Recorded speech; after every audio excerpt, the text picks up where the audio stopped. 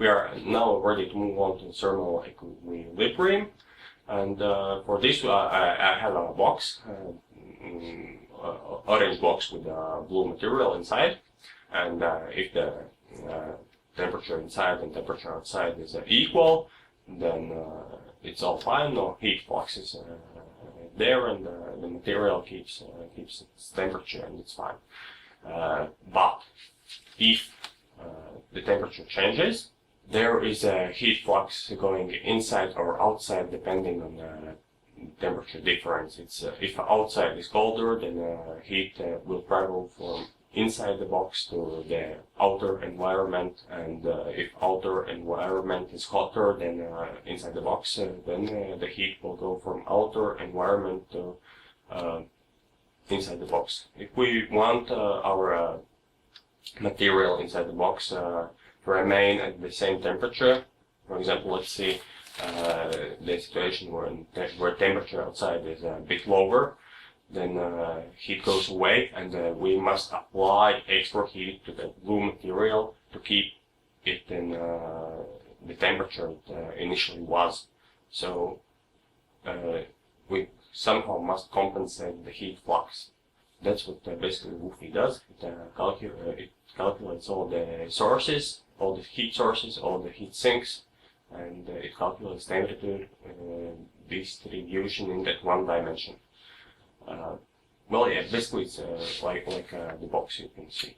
For WUFI, it's kind of a bit harder because there is solar gains, there is heating gains, and there is ventilation gains or losses, and well, there are different kind of things going on in building simulation. We'll mainly try to get rid of them by eliminating coefficients, and so we can solve the pure one-dimensional heat equation without any additional sources. Okay, now we are going to take a look what's happening inside the WUFI. WUFI solves a heat equation. It's written a bit different here than it was previously, but believe me, it's the same equation. And you can see on the left-hand side there's a circle. It's a derivative of H with respect to temperature. And what is H? It's enthalpy, joules per kilogram, as you saw earlier. And well, yeah, and enthalpy changes with respect to temperature. So if temperature changes by a degree, then if there's a phase change going on, then there will be a sudden jump in enthalpy. But if there's no phase change, it will just there will be no change at all in enthalpy. I mean, okay. Well, that's about that. On the right-hand side, there's a first term that is responsible for heat transfer due to conduction, and the second term is a source term that's inside WUFI.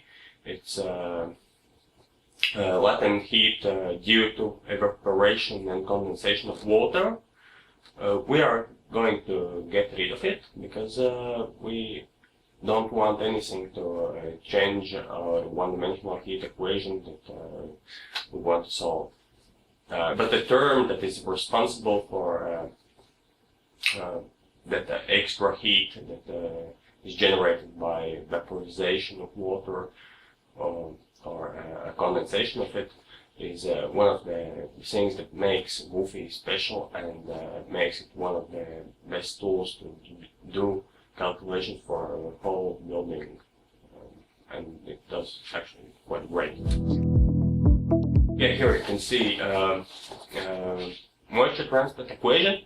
I won't go deeper in it because we will try to avoid it as much as possible, but well, it's built in WUFI, and so that you know. Next thing we must do is discuss boundary conditions, because without boundary conditions the equations can't be solved. The equation is what governs the temperature distribution or moisture distribution inside the area we want to calculate, but boundary conditions says what happens on the boundaries. That's what's written on the slides is a third type boundary condition on the lower part, and the U is it can be anything. It can be temperature, it can be humidity. Well, generally U, but well, think of it as temperature, as we are interested in temperature now. Well, okay, it's U infinity. It's temperature somewhere far away, and U is temperature, the real temperature on the boundary, and K that's coefficient. The heat exchange coefficient, that's some additional thermal resistance on the boundary.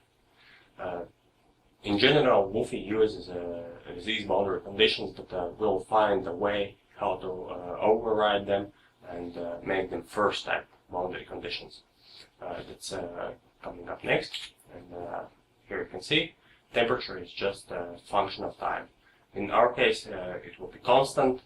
The f of t part, so we will give constant temperature on the boundary without any additional thermal resistances that usually is there because of natural convection. There is also a second kind of boundary conditions, as you can see, and it's change of basically it's heat flux, and you say how much heat is transferred through that boundary in normal direction. And there's one specific case on the lower side that tells that if it's the heat flux is zero, then it's perfect heat insulation, and no heat passes one way or other. That's all about boundary conditions. They're implemented there in WUFI, and you don't need to understand all the mathematics under it, just so you know what's going on.